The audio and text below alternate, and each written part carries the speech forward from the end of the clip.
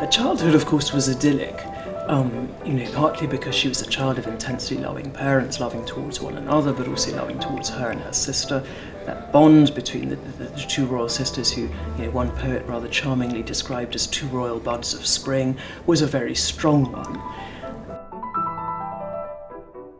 And of course, the Duke of York was very keen on that sense of this family as a quartet, and fully supported by his wife. I think that there is certainly something to be said for the fact that the future Queen Elizabeth, the Queen Mother, was appalled by her husband's family, by his own upbringing, by her parents-in-law's parenting, and she rescued him really from a slightly arid emotional zone.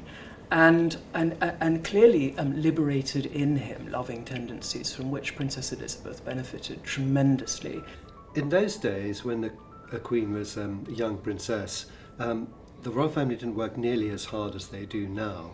And the Duke and Duchess of York, her parents, did a certain number of engagements, but they would merrily disappear up to Scotland for about 3 months. And so it was a very, very family-oriented situation. And so I don't think that she had any expectation that she would do anything very much on a national level. Of course, she appeared, and particularly with Princess Margaret, when she came along 4 years later, the two princesses dressed identically. You see them at Silver Jubilee service of George V and things like this, and they were very, very popular. It's interesting that only days after Princess Elizabeth was born, before she even had a name, her grandmother, Queen Mary, via a lady-in-waiting, writes a letter to a friend.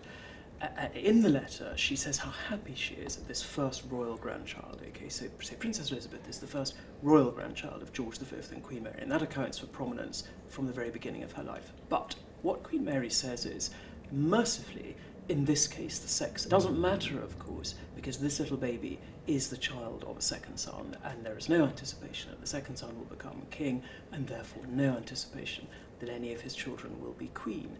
Having said that, because of this prominence, from birth, there are people who talk about the little princess as a likely next sovereign. So my understanding would be that though the Queen's parents shielded her from this sort of thing, there must have been something that surrounded her that perhaps, when this finally happened, made it not so surprising. Princess Elizabeth wasn't formally educated as we would understand it, and even during her own childhood there were occasional protests at the lightness of the educational programme that was provided for her. But her mother very firmly felt that one of the outcomes of childhood should be what she described as a store, a sort of kernel, if you like, of happy memories, which would provide one with resources against potential bad times ahead. And goodness, how useful that must have proved to the future Queen. But I don't think that she had any particular expectation. What was rather interesting was that she did spend every April with her grandparents, George V and Queen Mary, at Windsor, very often left there by her parents, and that was a very nice relationship. So what I'm trying to say is it's a kind of very much a family situation until 1936.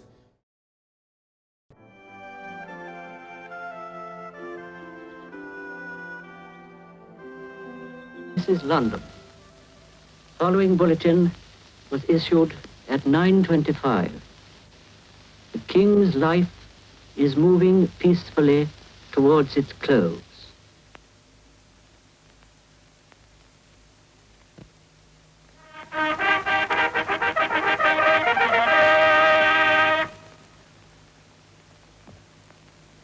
Whereas it hath pleased Almighty God to call to his mercy our late sovereign lord, King George V.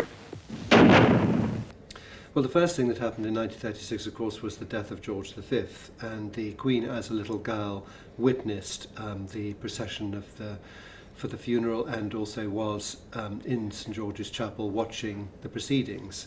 So then after that, she has Edward VIII, her uncle, who is unmarried. Mrs Simpson is around. Nobody's particularly concerned about it because Mr Simpson is also around. But the moment that Mrs Simpson institutes divorce proceedings against her husband, they all begin to get worried. King Edward VIII, the world's most famous bachelor, has often been a best man, but never a bridegroom. At the wedding of the Duke of Kent, King Edward seemed pleased to see his youngest brother march to the altar, but his own wedding march has yet to be written. Today, the American press is filled with rumors of royal romance, of the possibility of King Edward marrying Mrs. Wallace Simpson, the former Baltimore belle. Yesterday, as a girl, she lived in Maryland in this quiet and humble Baltimore home. Tomorrow, she may dwell in Buckingham Palace. King Edward and Mrs. Simpson have been pictured together on many occasions, and in this topsy-turvy world, it may be time for an American woman to marry a British king.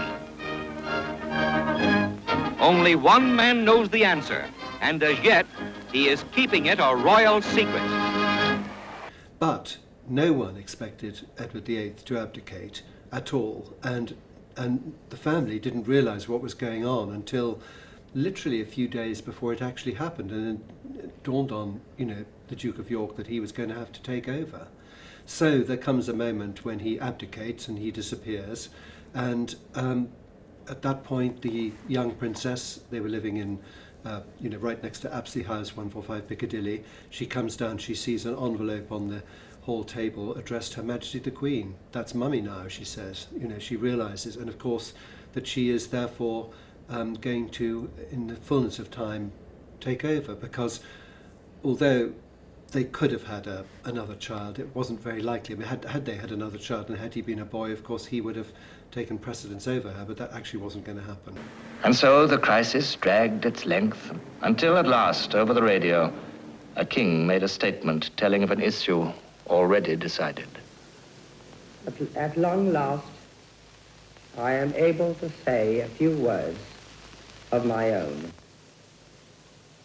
I have never wanted to withhold anything, but until now, it has not been constitutionally possible for me to speak. You all know the reasons which have impelled me to renounce the throne. But you must believe me when I tell you that I have found it impossible to carry the heavy burden of responsibility and to discharge my duties as king as I would wish to do without the help and support of the woman I love. And now we all have a new king. I wish him and you, his people, happiness and prosperity with all my heart. God bless you all. God save the king. Well, I think it was huge. First of all, of course, they had to immediately move house. They moved into Buckingham Palace, Windsor Castle. They spent Christmas at Sandringham. They were the king and queen. Balmoral was theirs as well. Shortly after that was the coronation, and the young princesses both took part in that, and that would have given a very, very clear indication of the enormity of what had been taken on. So I think it was a huge shock for them. As I say, totally unexpected. No one really up to the last minute thought that Edward VIII would actually abdicate. Nobody abdicated. I mean, James II was the last time that had vaguely happened. It just wasn't done, and yet it happened, and so they were left to pick up the pieces. I mean, the interesting thing is that, of course, George VI and Queen Elizabeth were very nervous and worried that the British public wouldn't like them particularly, or admire them or want them. Edward VIII had been such a charismatic figure, but they actually they had many more strengths than they realized. They had this very good family unit, and actually that, in a way, what you could call a sort of Sunday lunch, walk in the park, afternoon tea sort of monarchy appealed very much more to the British public than the sort of brittle cocktail shaker late night world of Edward and Mrs. Simpson. Well, I think the abdication was a huge seismic shock for the country and for the family. It was a sort of public humiliation, this idea the family couldn't step up and do their duty. But I think also it was a sense that this monarchy, which was this divine right to rule almost had in since been shattered. And of course it destroyed the family because Bertie had to step up. It wasn't prepared for it. He was not, in terms of his character, really the sort of person who they thought would suit being a king. He had a young family. The Queen Mother always thought that it led to an early death, the pressures of being king. And of course it destroyed the family life that they had. We four, they talked about, and that ended. In February 1936, a magazine called The Sphere told its readers that it was a fairly long odds chance that Princess Elizabeth would ever sit on Britain's throne.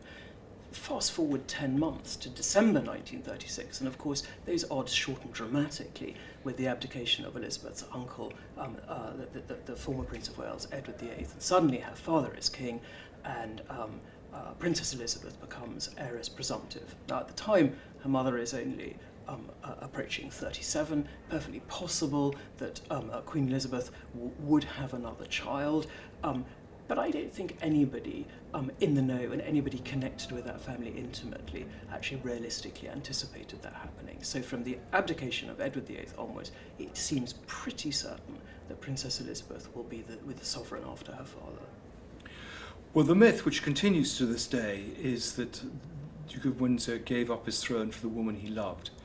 I don't think that's quite the story. He was manoeuvred off the throne by courtiers who saw him as totally unsuitable. In fact, they had encouraged all the most dangerous sports, including steeplechasing, in the hope he would die, and that would solve their problems. And they really used Wallace on the scene to move him out. And I think there was a feeling of shame in the family, a sense that he had let them all down, but he was a very weak man. He was a man without a great sense of public duty, without a great deal of intelligence, but also someone who wanted to interfere beyond his constitutional role, and particularly was drawn to the Nazis. He had several German cousins who were Nazi generals. He was targeted by the Nazis throughout the 1930s, and there was a real concern in government circles that not only was he indiscreet, but he was also unpatriotic. He was drawn into the circles of a number of German agents, of which the first, almost immediately after he abdicated, was a man called Charles Beddoe. Charles Beddoe was a Franco-American businessman who'd made his money from time and motion studies, had huge business interests in Germany, was keen to stabilize those interests and keep on the right side of the Nazis. And the deal was done that in return for basically a free wedding, the Duke would make this tour of Germany, organized by Beddoe and various Nazi officials. And the Duke did this for several reasons. One was he wanted to show off to his wife. He wanted to give her the sort of royal tour which he realized she would no longer have. I think he also felt that the Nazis were doing a good job, and what they were doing there was interesting. He believed in the Führerprinzip. But I think also it was just a way of getting back at his brother. There was a lot of personal animosity that went on. The royal family felt that they'd been let down. He'd actually hidden the amount of wealth that he'd sequestered away during his time as Prince of Wales, and then wanted more money after he abdicated. And I think he felt with his brother that he could still be king and boss him around. When the Duke of Windsor abdicated, the line was that he should get out of Britain, go into exile, not in any way upstage his brother, let him settle in. There was also concern that the Duke of Windsor had a lot of support from Mosleyites, the black shirts, and that was another reason to keep him out. And the idea was to basically let Bertie breathe, let him establish himself without the distraction of his brother. Now, unfortunately, the Duke of Windsor didn't play by all those rules. He made these tours of places like Germany. He had another tour planned for America at the end of 1937. He made statements in the press. He was constantly an irritant when what they wanted him to do was to go away and keep quiet. I think the abdication really affected the Queen. This had been her favourite uncle. This was not the role she expected in life. She saw her own family life changed forever. And I think, as she said when she was 21, I will devote the whole of my life to the service of my country. There was a sense that they needed to get back to that George V line of the royal family being, in a sense, the father and mother of the nation, and a life of public service, charitable activity, probity in their private lives. And this aberration, in some ways, of the Duke of Windsor had to be stamped out, and to show people that, I mean, they'd seen many of the monarchies fall after the First World War, and the last thing they wanted was to be vulnerable because of the behaviour of the Duke of Windsor.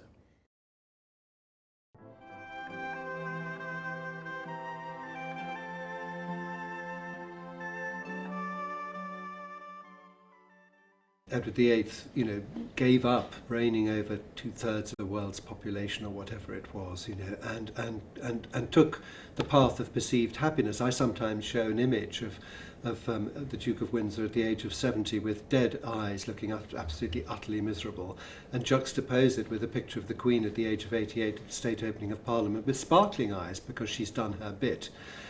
Yes, it was a problem, but actually, to be fair to Edward VIII, he went quietly because I think he wanted to go. He didn't want to stay. He didn't fight his corner particularly. And I think he did actually abdicate as honourably as that is possible to do. He behaved quite badly after that because, having gone away, in a sense, he wanted to come back again and reinvent himself as a younger brother of the sovereign on his own terms. And he realised, death by 1,000 cuts, so that wasn't going to happen. He had let people down and they weren't going to forget it. So the family dynamic must have been quite complicated because they were all quite fond of Edward VIII. I mean, he was a very, as I say, he was a very charismatic character, and the Queen was very fond of him when she was a little girl, but he'd gone. That was it. It seems that central to the Queen's character is a sort of pragmatism. There is an acceptingness that she isn't somebody who fights against inevitabilities. And one gets a sense, looking at the sources, that the moment that life tilts on its axis, that little girl just accepted the altered reality. There are conscious efforts to prepare her for what's coming. From 1940 onwards, for example, the then Queen Elizabeth, later the Queen Mother, takes her two daughters on hospital visits.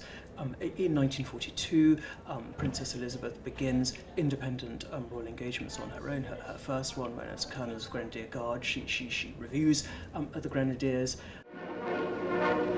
Princess Elizabeth celebrates her 16th birthday by inspecting, as their new colonel, the Grenadier Guards at a special parade at Windsor Castle. The occasion also marks her entry into the official life of the nation. Her Royal Highness the Colonel walks to the long ranks of guardsmen, followed by the King and Queen and Princess Margaret. Wearing the gold grenade badge of the Grenadiers in her hat, Princess Elizabeth makes her first military inspection. And of course, there's a programme of constitutional history and indeed history lessons with the Vice Provost of Eton, Henry Martin, who is a friend of Princess Elizabeth's great aunt, Princess Alice, Countess of Athlone. I am speaking to you now from Buckingham Palace with its honourable stars. The Queen and I have seen many of the places here which have been most heavily bombed, and many of the people who have suffered and are suffering most. Our hearts are with them tonight. Well, any preparation for Princess Elizabeth was very much interrupted by the war. Of course, since George VI had a pretty horrible reign, because first of all, he's propelled onto the throne. He doesn't know whether he can cope. He has that stammer. He has to do all those things. Then there's the war clouds, and there's also the Duke of Windsor behaving badly in Europe, and he's worrying about all that. Then comes the war between 1940 and 1945, and it's not very long after that his health breaks down. But I think it's fair to say that the King and Queen were much more preoccupied with the war effort than they were with the education of the children, and I know that Princess Margaret very much resented that.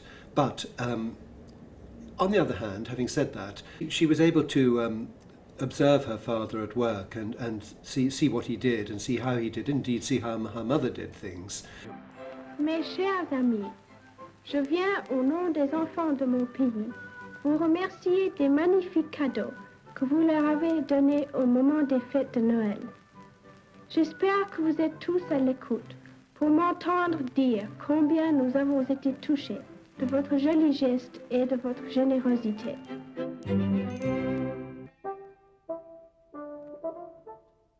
She was given constitutional education by Sir Henry Martin, and actually who was the Provost of Eton, so very close to Windsor Castle where they were spending the war.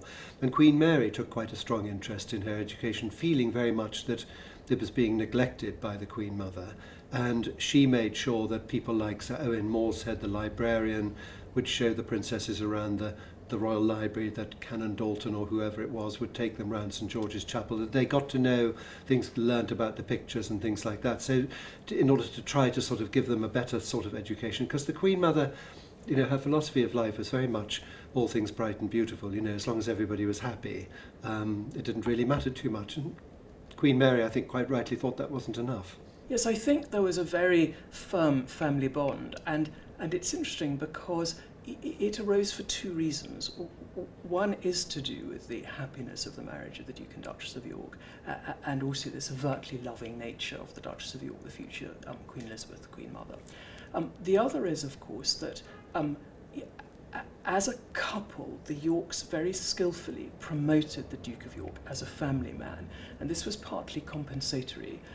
The Duke of York was not an accomplished public performer in the way of his brother, the Prince of Wales, the future Edward VIII. He had a terrible stammer. People felt that he was physically rather fragile.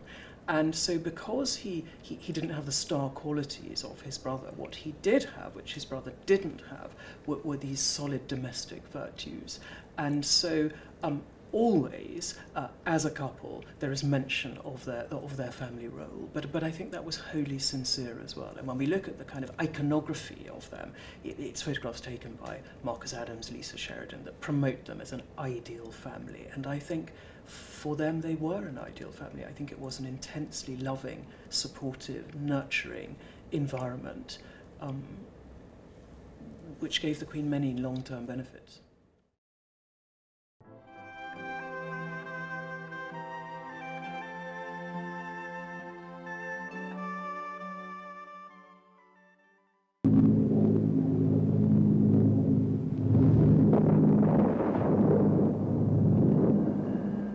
I think the example of both of her parents during those war years really moulded the Queen.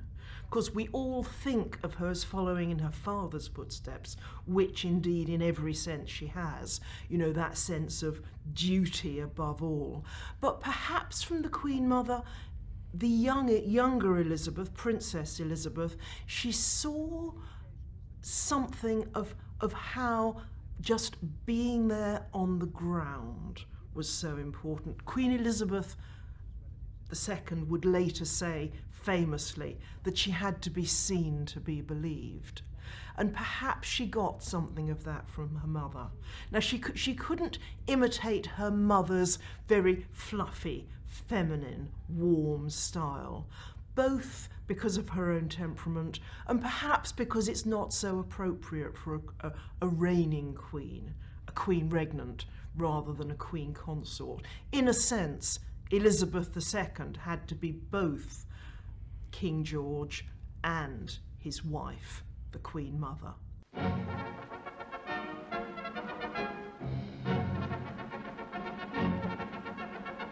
Great crowds defied the wintry weather to bid farewell to their Majesties and the Princesses on the eve of their historic journey. The South Africa trip of 1947 was important in several different ways. Famously, after the war, the King had said that, you know, he wanted his daughters, poor girls, they've never had any fun. And of course it is true, they had, in a sense, even more than the rest of the nation, led this quite sequestered life at Windsor Castle, with only, I think, a company of the Grenadier Guards for company. But also, of course, they'd never been beyond British shores because of their growing up was done in the war years. So on the one hand, it was a chance for them to see a little bit of the rest of the world, to have that fun. And famously, there'd be those pictures from the deck of the ship of the princesses playing tag with the young officers and so on. But Also, it came at a very important time, both in the life of the Princess Elizabeth and in the life of the wider royal family, if you like, the declining empire. On the one hand, we know that Princess Elizabeth had long set her heart on her kinsman, Prince Philip. On the other, there were some doubts in the royal family about this. Now, in fact, almost certainly in the summer of 46, at Balmoral, Philip had asked Elizabeth to marry him, and she had agreed, subject, of course, to her father's consent. But her parents asked her to wait till after the South Africa tour. Perhaps they thought she was just too young. There was a little concern that Philip, that she hadn't met enough people. There was a little concern that Philip was perhaps slightly raffish, perhaps, slightly domineering. His certainly very dominant uncle, Lord Mountbatten, was a concern. But also the trip was important because obviously in those days after the end of the Second World War, the old British Empire was on the way out. Large parts of it had already crumbled. It was clear that more was to happen. In its place, there could perhaps be, and Queen Elizabeth II would be massively committed to this, a new kind of family of nations, as she said, the Commonwealth. It was, of course, on that trip that Princess Elizabeth turned 21, a huge landmark. So it was from South Africa that she made that enormously famous and significant speech. There is a motto which has been borne by many of my ancestors, a noble motto, I serve. Those words were an inspiration to many bygone heirs to the throne when they made their knightly dedication as they came to manhood. I cannot quite do as they did, but through the inventions of science, I can do what was not possible for any of them. I can make my solemn act of dedication with the whole empire listening. I should like to make that dedication now. It is very simple. I declare before you all that my whole life, whether it be long or short, shall be devoted to your service and to the service of our great imperial family to which we all belong. Now, she clearly took that as a vow. She obviously meant every word. The princess came of age in several different ways on that tour. Courtiers were sort of seeing her really act in public, for almost the first time. They noted with great approval her sense of duty and her passion for timekeeping, the way she'd prod her mother with her umbrella discreetly if she felt that they were getting too far behind the schedule. So in a number of ways, I think, that trip showed Elizabeth coming of age, not only as a princess and future queen, but as a kind of working operative, as someone with her own ideas and ideals of what monarchy should be. The Queen, as Princess Elizabeth, probably first met her future husband, Prince Philip, at the marriage of his aunt and her uncle, Princess Marina of Greece and Prince George, Duke of Kent, in 1934. But really the great meeting comes in 1939 at the Royal Naval College, Dartmouth, when Princess Elizabeth is 13 and Prince Philip of Greece is 18. Having said that, 2 years earlier, a magazine in January 1937 published a list of prospective future husbands for Princess Elizabeth, which did actually include Prince Philip of Greece. In 1958, as Queen, the Queen signed off an official life of her father, George VI, in which the writer claimed that Princess Elizabeth fell in love with Prince Philip from their first meeting, and the Queen allowed that to pass, and I think she is fundamentally a very honest person, and the fact that she allowed that would suggest that that was indeed the case. So whatever plans had or hadn't been made for her by her parents, her grandparents, actually there was this great coup de foudre for the young teenage princess, and then fate took its course. There seems to have been no plan on the part of the Queen's parents that she should marry this child of an exiled European royal family. Certainly, the King's assistant private secretary felt that the Queen, whom we remember as the Queen Mother, would have been much happier had the Queen formed an alliance with a man of aristocratic background, much like her own. And the three key candidates appear to have been the future Dukes of Buccleuch, Grafton, and Northumberland. But by the time those young men were manoeuvred into the royal sphere, I think the princess had made up her own mind, and certainly when she was 15, she told a friend that Philip was the boy for her. I'm interested that when Princess Elizabeth and Prince Philip were engaged, a private secretary said that what they did was they united two slightly different concepts of monarchy, that the Queen had inherited what he described as a semi-divine idea of monarchy, and Prince Philip embodied a sort of hail fellow, well met idea of monarchy, and that the two were incredibly powerful as a cocktail, because the Queen's understanding of this the sort of special aura of monarchy has, of course, kept her slightly remote from the popular fray, whilst Prince Philip tempered that and gave a sense of accessibility. I think the fact that theirs was such a strong partnership meant that there could be creative thinking about how to do things. I think also it partly contributed to the fact that the Queen really does appear to have enjoyed being Queen, and to have enjoyed being Queen almost every day.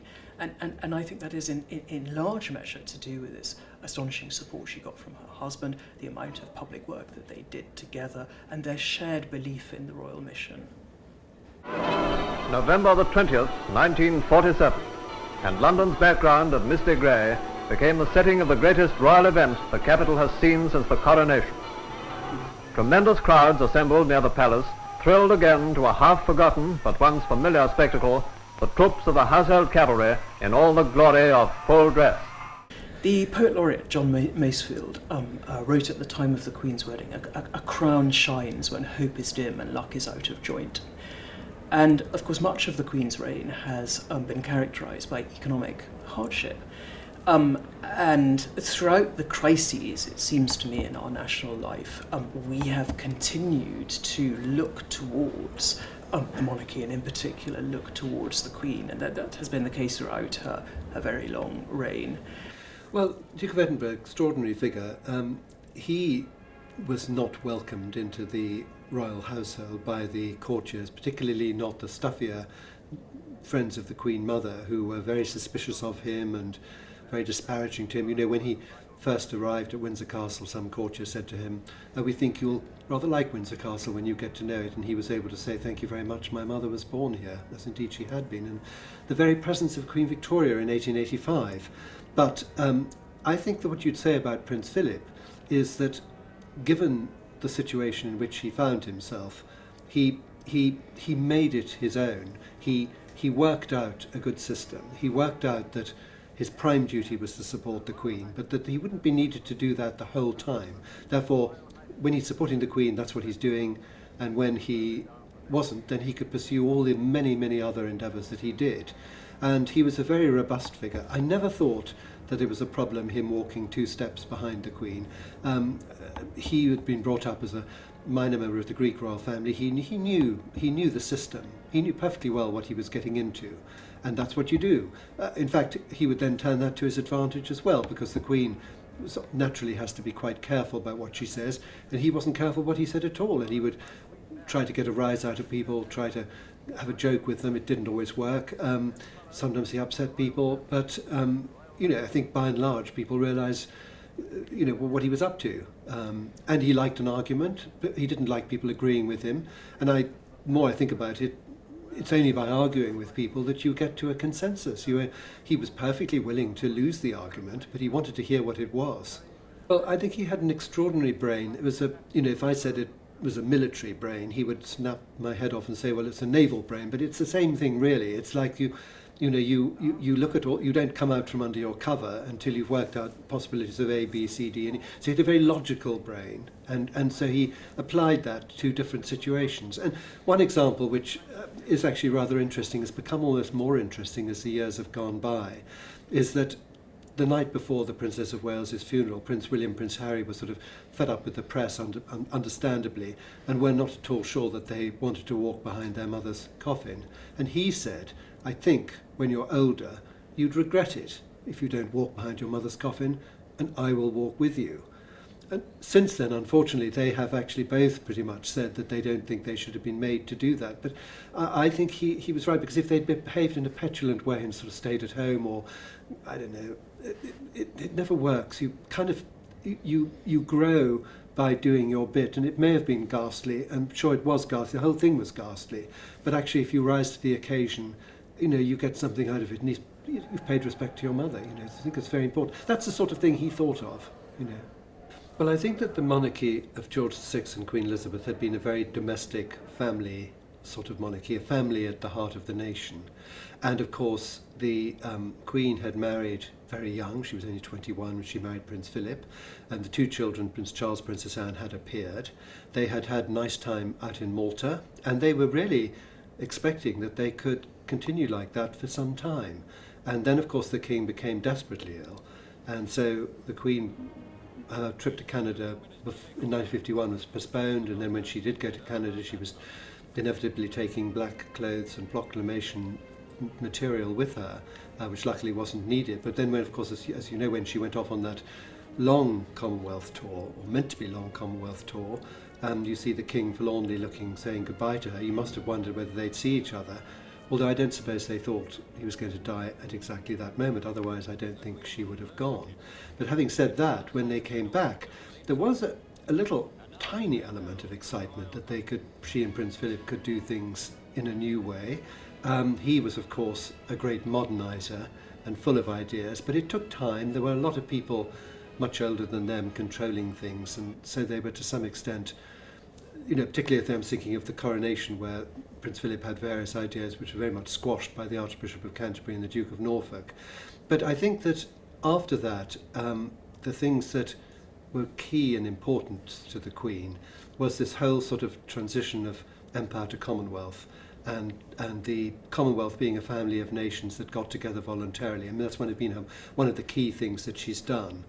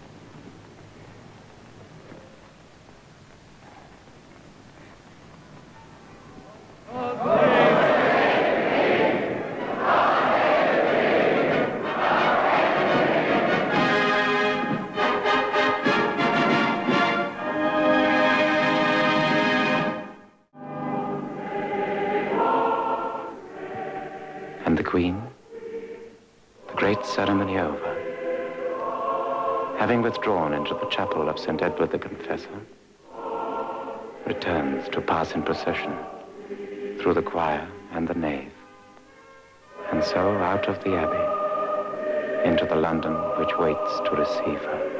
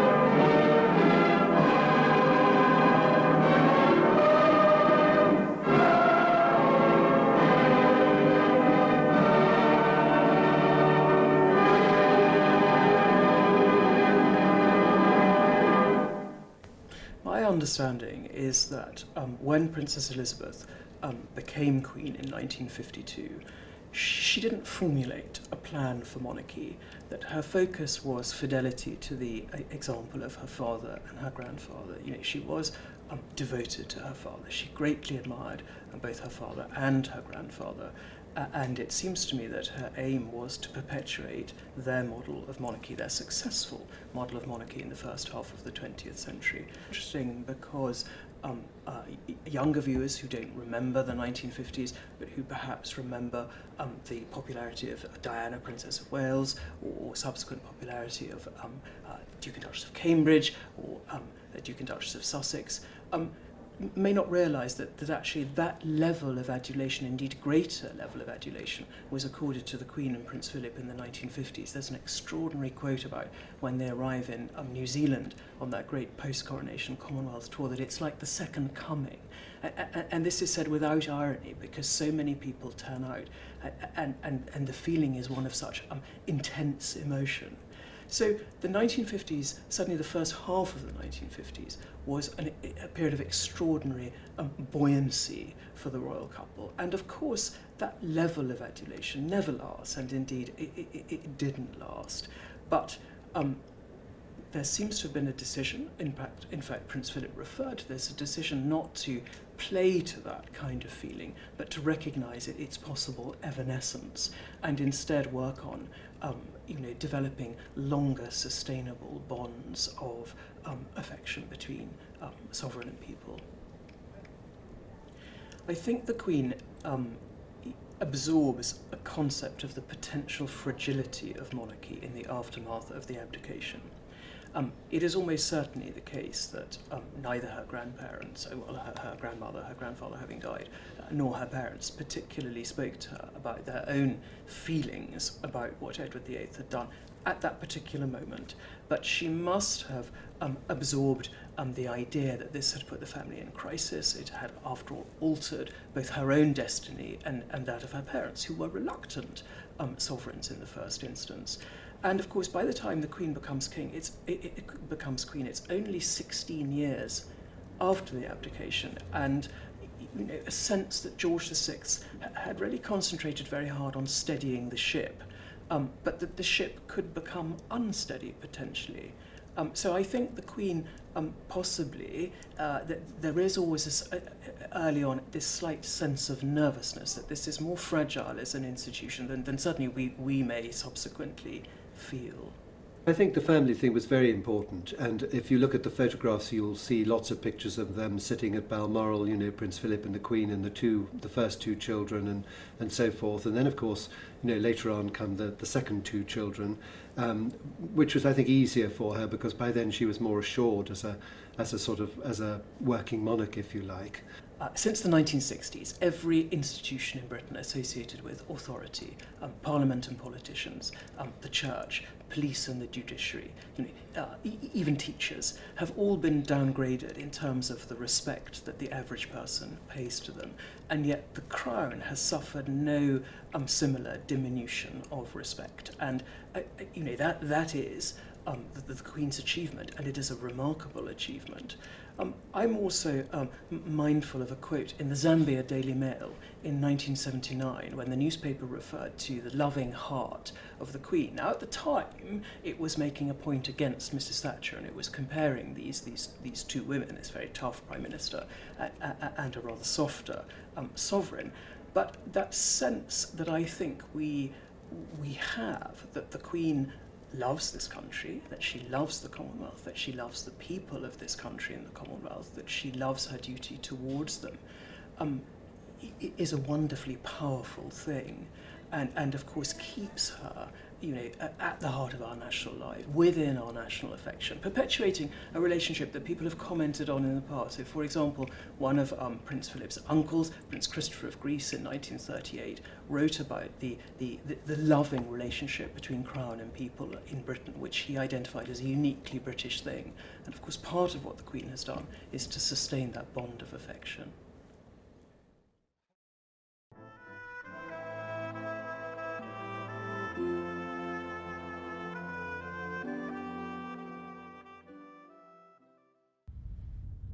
It was always said, wasn't it, famous have been the ages of our queens, that Britain likes queens. And indeed, over the last 200 years, for about 140 of them, it's been a woman on the throne. Now, that has probably done a good deal to shape our present view of monarchy. And I think in many ways it's been extremely good for the monarchy. Because if you think about what a king and a queen are supposed to be, well, what was it, Wordsworth? The ideal woman is what? To warn, to comfort, to command. Well, that's pretty much what Queen Elizabeth II does in those weekly audiences with the prime ministers. A queen traditionally has supposed to be, you know, gracious, smiling, intercessionary, you know, a figure of kind of peace and comfort. That works with our modern idea of a constitutional monarchy. A king, historically, is supposed to be, well, forceful, commanding, scary in a good way, and that really doesn't play so well for the late 20th, let alone the 21st century. I think in some ways it's unfortunate for the monarchy that it looks as if the next three incumbents of the throne will all be male, even if perhaps, you know, ideas of masculinity are changing and ideas of monarchy with it. It was Prince Albert and Queen Victoria who rewrote the image of the monarchy, if you like, to make it very much an influence on the royal family. The idea was that the royal family was meant to embody the best of every family in Britain. Now that works very well with having a woman on the throne, because again, historically, traditionally, that's where women's place has been. Men have been supposed to be out there, leading armies into battles, making speeches before Agincourt. And so, in one way, this emphasis on family has become a great blessing for the monarchy. In another way, of course, it's a trap. Because when the family, this royal family, starts to look rather less like an idealised reflection of family life, and heaven knows that's happened enough over the last decades, then it risks really throwing into question the whole reason for the monarchy. Group Captain Peter Woolridge Townsend, CVO, DSO, DFC and Bar, mentioned in dispatches, former equerry to Her Majesty. But he is also the man the world has been talking about more and more over the past 2 years. Seldom can a man have been so widely discussed without being able to say a word. Quite early in her reign, the Queen had to deal with one of those huge traps implicit on the emphasis of the royal family and the morality of the royal family, in the shape of her sister Margaret's relationship with Group Captain Townsend, a divorced man.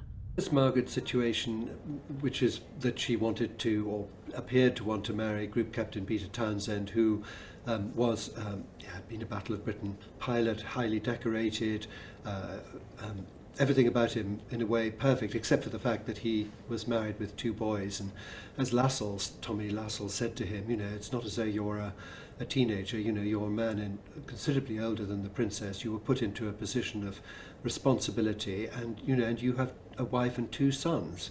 In a way, he was a very nice man, Peter Townsend. I knew him quite well, but he, essentially broke the rules because you've got to be careful in those sort of positions. And so the issue was, what Princess Margaret was very much cast adrift after her father died. The king adored Princess Margaret, and so she then had to go and live with her mother, Clarence House, which wasn't a great success. And she was then a guest in the houses where she'd been brought up.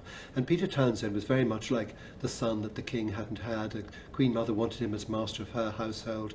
He was sort of in between the ages of the Queen Mother and Princess Margaret, and you could see very easily she fell for him, and particularly in her lonely state. But the Queen's problem was, of course, that as head of the Church of England, she couldn't condone the marriage, to a divorced man in that way, whereas she wanted her sister to be happy, and they all liked Peter Townsend. But I think what Lascelles did was actually very clever. He sent him away for 2 years, and my theory, based on a lot of reading, I may tell you, is that by the time that he came back, it was over. They'd got over it. And I do know that Princess Margaret felt that the British public had taken such a keen interest in this that she needed to say something. So that's why you got all those statements about mindful of, Christian teaching and public duty, etc., that she was not going to marry Peter Townsend. But the Queen did not forbid Princess Margaret to marry Townsend at all. That's a myth. Of course, made worse by that ridiculous series The Crown, which likes to twist everything around to its own advantage. But Princess Margaret wouldn't have been able probably to have retained, she might have been able to retain her title. She probably wouldn't have retained her civil list allocation. She might have had to move into private life. But I think the whole thing was over by then anyway. So it was kind of it's a very complicated saga, but it must have been very difficult for the Queen, certainly. The Princess Margaret Peter Townsend situation was extremely difficult for a very young Queen, because she'd always been protective of her sister. Her father had always been very conscious that one would be queen, one wouldn't, but that should not be made apparent to them. But here the Queen had this dilemma. It was a very notable instance of the Queen having to choose between her role as head of state, with everything that implies about, the views of the Church of England on divorce, and her role as a loving sister, the family and the firm. Basically, she chose the firm, as she always would do.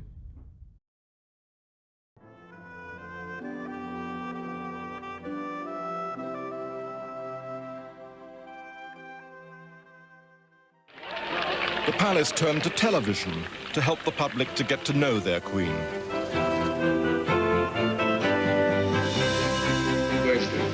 For the first time, cameras were given special access for a whole year. The film Royal Family was a phenomenon. Terribly rude words. It is extremely difficult sometimes to keep a straight face. When the Home Secretary said to me, there's a gorilla coming in. So I said, what an extraordinary remark to make, very unkind about it. anybody.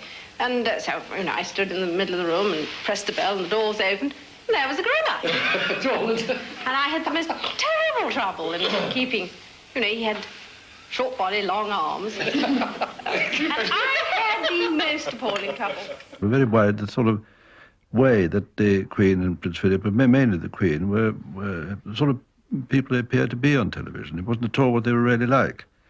And, you know, they appeared rather wooden and not very amusing, and their sense of humour never came over. And it did strike me what a pity this was, because, you know, they simply weren't like that. And that's why originally I suggested to Prince Philip and then later to the Queen that what about having a film made? Well, of course, the crew were apprehensive. You know, we didn't know what to expect, and not in fear and trembling, but we're quite, you know, not worried about it either. But it must have been on the Queen's side as well, because up to then, she had never experienced anything like that with, you know, film crews tramping around the palace, or a film crew. So it must have been quite a unique experience for her as well. Suddenly, the Queen found herself there with a microphone just a couple of inches above her head, which came as a considerable shock to her. And she did take a bit of time to get used to that. I think I concerned her, but very, very, very short time. She was very professional at it.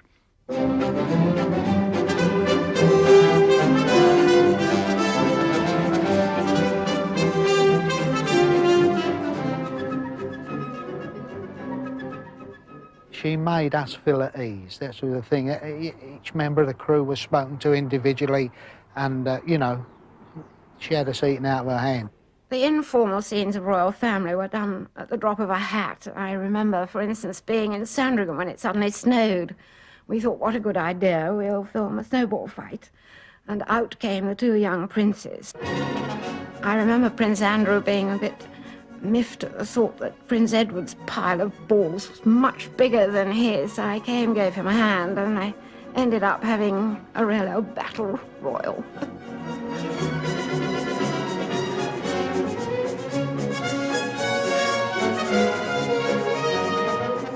We went back again to do a Christmas broadcast, and of course the Queen came into the room and she said, "I hope you gentlemen all received your photographs."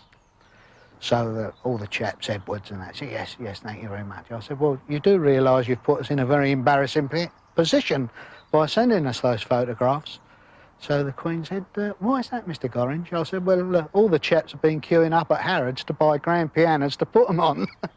The media, the role of the media is a very complicated one in this thing, and particularly, of course, when it comes to thinking about the royal family film in 1969, which popped up on YouTube again recently, and actually I was very keen to suggest that they should just release it, since we can now see it, and the real people, and getting on well with each other. I mean, and I think they had to do it. I don't think they could have remained too remote, but people always say that that's what opened the sort of floodgates, and of course to some extent turned it into a sort of soap opera and this whole sort of celebrity culture that then followed. It was Prince Philip, the moderniser, who said that in some way, you know, who in some ways urged more access for the media.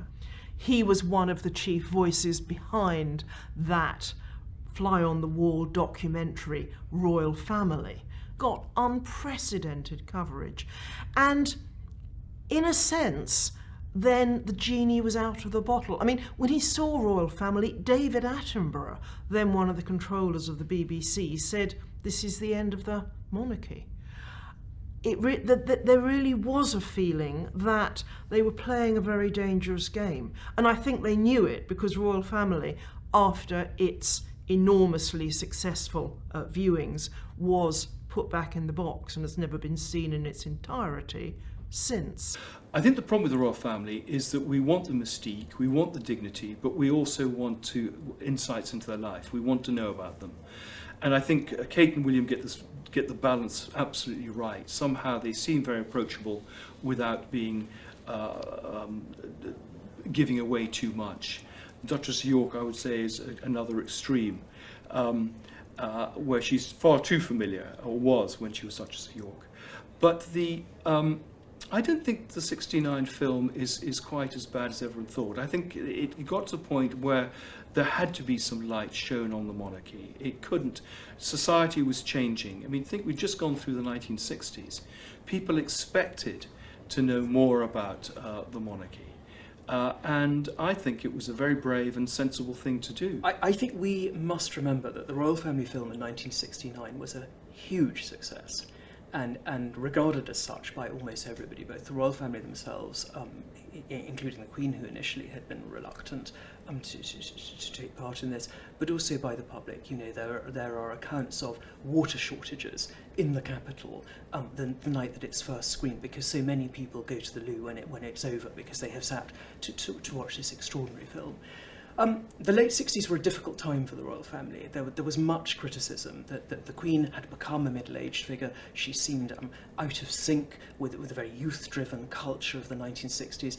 It was a culture that was protesting against inherited orthodoxies, any sort of idea of respect and deference. The Queen was in a very difficult position, and the royal family film did act as a very positive corrective. Was called Royal Family, but the undoubted star of the film is the Queen, and people's comments after the film were what a nice person she was, and perhaps at a loftier level, an understanding now of what she did, what the royal role was. And of course the media changed massively. I mean, when she came to the throne, the Press Association correspondent came to a briefing with, you know, my predecessors, but 3 or 4 after the war, came in a tail, you know, black coat and tails for a briefing, and in a bowler hat and all the rest of it.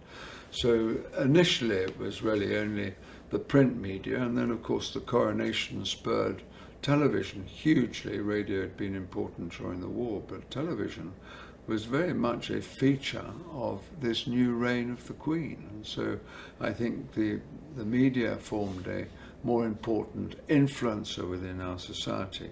And then, of course, you know, much later on into her reign, a very vigorous tabloid media, the entertainment media, the celebrity media, and all that kind of touched slightly on the monarchy. So that did change, but in terms of the way the Queen did her job, and I think, you know, many other members of the royal family, it was just a component in our society. You know, in our childhoods, maybe 40, 50 years ago, you'd say to a child, well, you know, you wouldn't behave like that if the Queen was sitting at the table. So it's sort of an appeal to the best, to the most tolerant, and to those sort of qualities in society that quite often get sort of swamped either by debate or by social media flourishes and that kind of thing. And I think the value of the monarchy in a modern setting is that with the right character and training and outlook, you have at the top of your constitution not only the steady focal point of enactment of legislation, state visits, speaking on behalf of the nation after 9/11. You have all those qualities, but also you have at a non-political and very high profile level a set of values that are actually treasured by many people all over the world, whether they live in dictatorships or in democracies.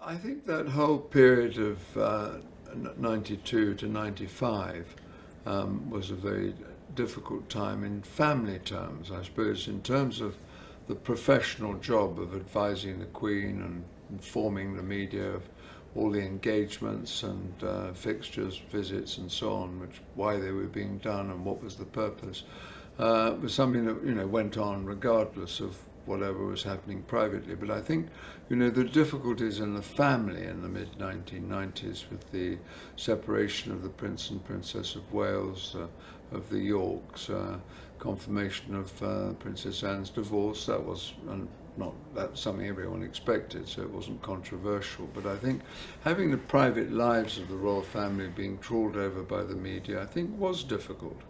and interfered in a way with people's perceptions of the monarchy and whether its purpose was as useful as it once was. I suppose a prime example is 1992, the Queen's Annus Horribilis impacted on the institution of monarchy. There were all sorts of people asking all sorts of questions. Is the monarchy relevant? At the end of the day it is, because the monarchy has survived. But there were all sorts of things happening that were nothing to do with the Queen. Charles and Diana in India, Diana at the Taj Mahal on her own, Charles in Bangalore delivering a keynote speech in the hope of selling British exports. That's what visits were all about. What else did we have? We had Seville Expo, we had Diana going off to Egypt on what should have been a very, very worthwhile tour. But everything she wanted to do, everything we had in the programme, the Egyptians dismantled and said, no, you can't go to a women's hospital, you can't do this, you can't do that, and it ended up as tourism. So what was the point? We had Anne finally divorcing Mark Phillips. We had the infamous photographs of Fergie having her toes sucked in the south of France, spread all over Sunday tabloid, which coincidentally she happened to be at Balmoral at the time, and was told that it might be a good idea if she left and went back to London. We had Andrew and Fergie's separation, Charles and Diana's separation, Diana talking to Andrew Morton, not directly but indirectly. Andrew Morton book Diana Her True Story. And then the Queen on the 20th anniversary, wedding anniversary, Windsor Castle, where the southeast corner of Windsor Castle went up in smoke. I don't think anyone could have believed just how many blows were striking the royals then.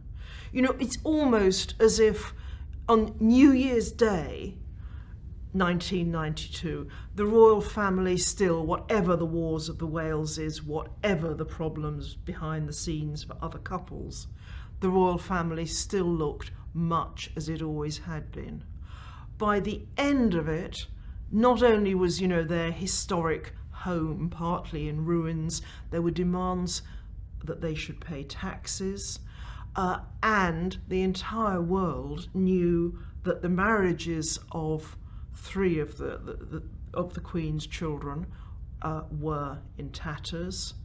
Prince Edward had had to discuss rumours he was gay. The question of Prince Charles's position, future position then, began even to look a little more dubious.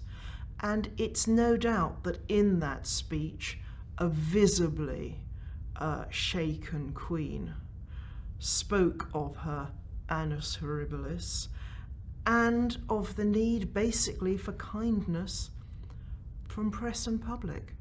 And if you think about Elizabeth II, about her very famously upright, stalwart persona, how she was bred never to show her feelings, how it's natural to her, you know, never complain, never explain.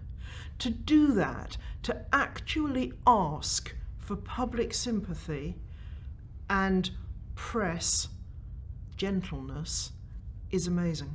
When Diana died, she was getting horrendous press about remaining in Scotland, not coming back to London. Why was she remaining in Scotland? Didn't matter how much you explained, people weren't interested.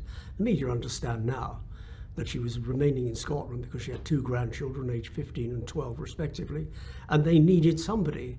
And the Queen and Prince Philip, with very secure heads on their shoulders, were able to deal with the problem. Why hasn't the Queen said anything? Well, she was going to say something. She was going to pay tribute to Diana, but in her time. She does everything in her time, not to order, and her timing is usually very perfect.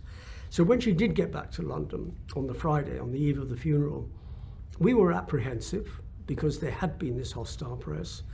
I was alongside her when she went to visit firstly to Chapel Royal to pay her respects to Diana, then to look at the visitors' books and books of condolence at St James's Palace, and then a walkabout outside the railings of Buckingham Palace. We had an enclosure there. She looked at the floral tributes, she read the inscription, she spoke to mourners, she laid flowers down, as did Prince Philip on behalf of mourners. And on the way out, a young girl, about 11 or 12, had a bunch of, I think they were roses or carnations. They were red. And the Queen said, "Can I put those down for you?" And this girl said, "No, Your Majesty, these are for you." So the press hadn't read the tea leaves correctly. And as the Queen left, when she arrived, she got polite applause, and as she left the enclosure, she got polite applause, and she looked me in the eye. And you had to read the Queen to understand her. And I knew exactly what she was thinking. And I looked at her, I said, "That was fine, Your Majesty, that was fine." And we walked back together, and I saw her to her car, and she went into the palace. 2 hours later, her tribute to Diana, the television companies, networks, had actually put television screens so that everybody milling around there could see and hear the broadcast. And at the end of it, there was applause. So she did everything in her time, not to order, and people were satisfied that, yes, she had come back to London, she had paid tribute to Diana, she had done a walkabout, and she had looked at the floral tributes. And that meant a lot to everybody milling around there. I believe the Queen was moved by everything she saw when she was sitting all alone at the funeral of Prince Philip in St George's Chapel. She was alone because of COVID regulations, limiting the number of people, social distancing. And here was this 95-year-old woman mourning the loss of her liege man of 73 years, and nobody close to comfort her. And yet, you wouldn't have drawn anything from her appearance. Admittedly, most of her face was covered with a black mask, but inwardly, she would have felt grief. But outwardly, I suppose the royal family, she's of that generation that was brought up by a generation that had Victorian values and Edwardian values, and they were brought up not to show emotion, not to express emotion in public. And it's worked for her. And I think the Queen had that, great ability to absorb those sort of very difficult experiences and keep calm at the centre of it. But I think all that experience sort of builds up and produces a character very interesting to work for. And in the case of the Queen, a great public figure with a very strong set of values. Well, the Queen carried on, which is what the Queen has typically done at moments of crisis.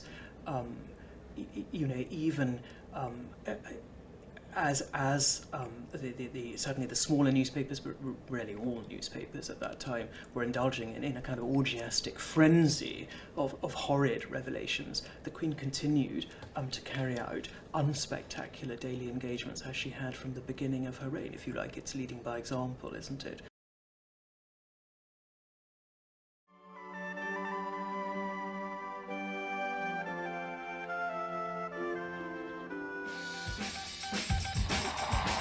It is the summer of 2022, and the whole of the country seems to be celebrating the Platinum Jubilee of Queen Elizabeth II.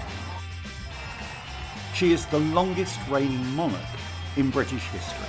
Never has she been more popular, even after 70 years as head of state.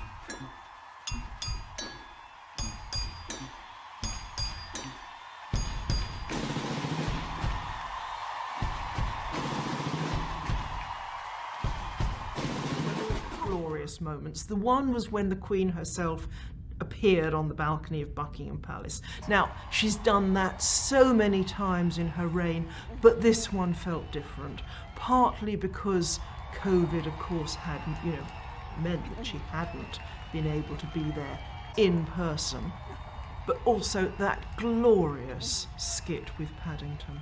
Well, I think that what was extraordinary was the number of people who came out. I mean, I've worked on all the jubilees since 1977, 2002, 2012, and I've seen that the pattern is usually apathy to begin with, and then suddenly the British public wake up and realise they can have fun, and massive celebration when the day comes. But I think this time there was no apathy at all. There was concern, of course, because the Queen's health had been poor, and what part would she play in it? And so there was a slightly fin de siècle feeling about the whole thing, that, probably there won't be another Jubilee, and that sort of thing, which is, there's a tinge of sadness. But that Thursday, the Trooping the Colour, I mean, they had to close the park. They couldn't let more people in it. I mean, it was just absolutely packed. It was becoming a worry.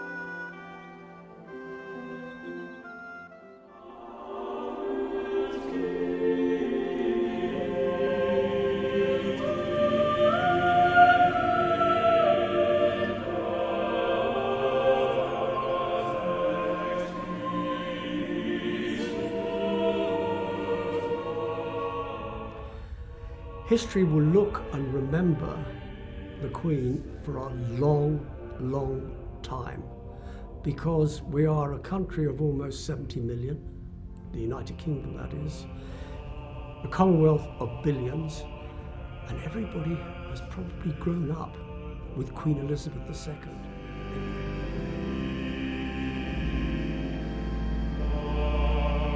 She's always been our Queen, and what an extraordinary reign to have lived in. I've thought about this a lot, and I cannot think of another reign in history in which I would have preferred to live.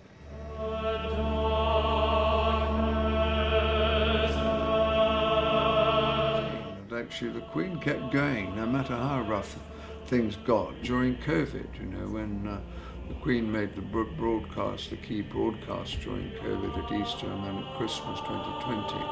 And her very gentle, quiet way of saying, look, these are hard times, but things will get better. We shall meet again, we shall see our friends again, we shall be in with our families again. I think people thought, well, she's saying that because she believes it. She's not trying to pour balm on our wounds. She's actually expressing a philosophy that you need to be looking forward, you need to be open, you need to be compassionate. You need to be helping other people who are worse off.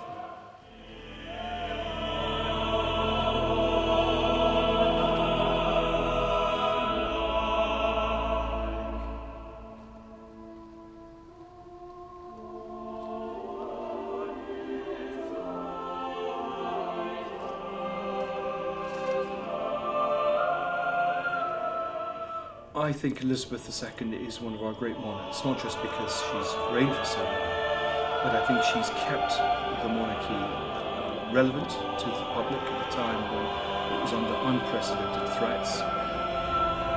If we were to put a tag on Queen Elizabeth II, as they used to do, Ethelred the Unready and so on, I think it would be Elizabeth the Steadfast. I think her supreme achievement, as she always knew herself, was basically being there, remaining there.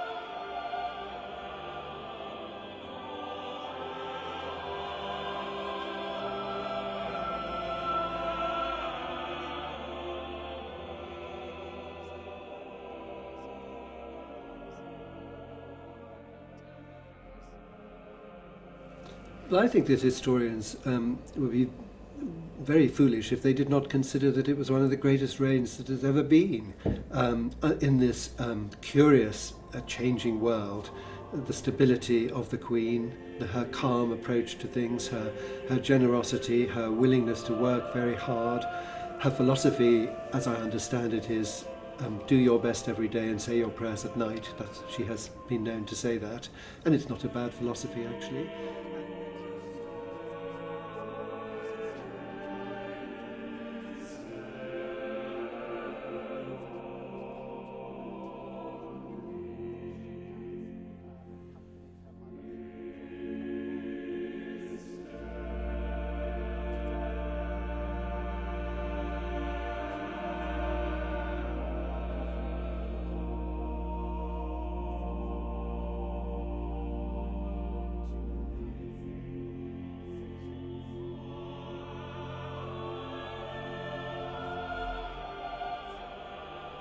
I think the Queen herself would consider her nurturing of the Commonwealth, its growth from 9 nations to 54 nations, its status as a mouthpiece for aspirations to good, to be a real achievement.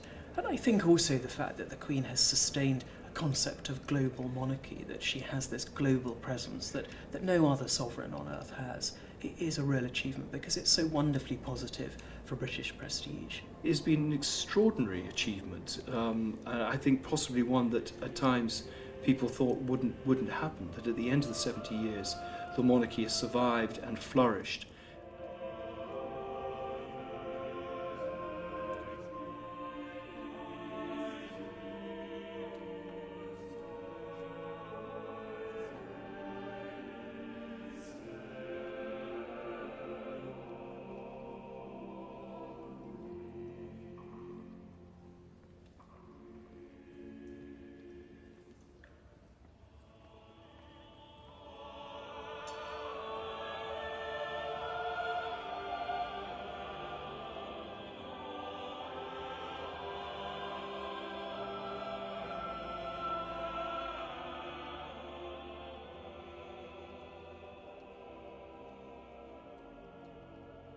Queen has been absolutely extraordinary from the moment that she took the crown after her father's death in 1952.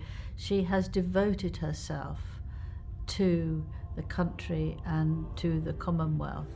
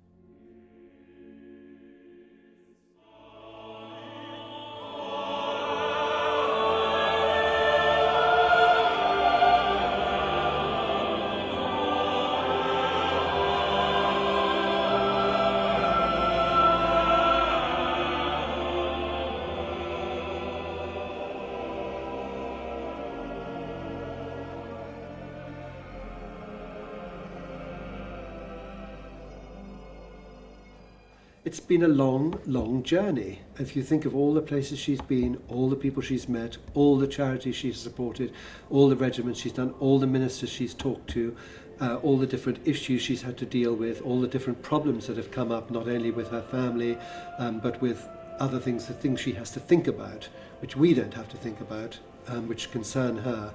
I think she's been absolutely remarkable.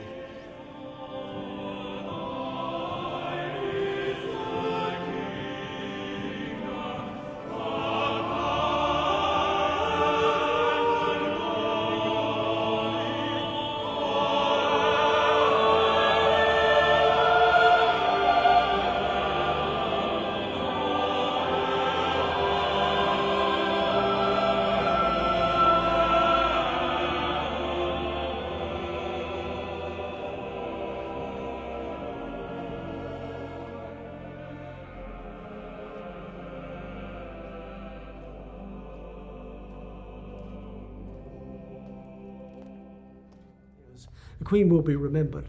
Her legacy will be one of commitment and duty.